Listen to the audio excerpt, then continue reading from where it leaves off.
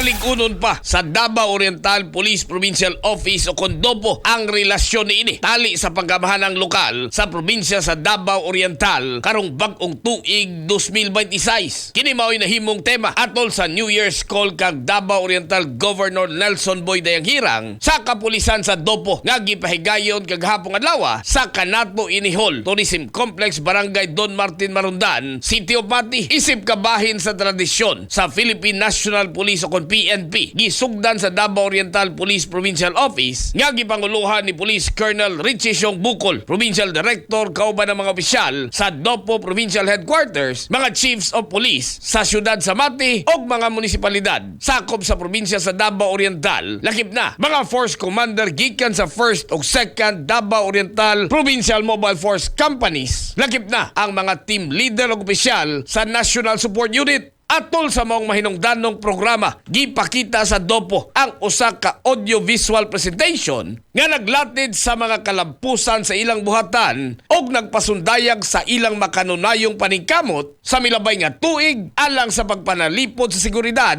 sa katawhang oriental nga Davaoenyo. Ang maong kalihukan usab mo'y nahimong higayon sa pagpasalamat sa Dopo sa padayon nga suporta ni Governor Dayanghirang og sa Provincial Government of Davao Oriental. Lakip na sa ilang gihatag nga pagsalig og pag-ila sa lig-on nga panag-uban sa PNP og provincial nga pangaluhan alang sa kausa sa pagmintinar sa kalinaw, kahapsay ug kaluwasan sa tanang katawhan sa Davao Oriental. Para kanunay healthy ang atong pamilya, mag-premium D3 na kita. Katropa nyo sa balita gikan sa City of Mati. Para sa nagkahiusang Pilipino, para sa Pilipinas, kini si katropang Vicente Pichon IV, XFM News.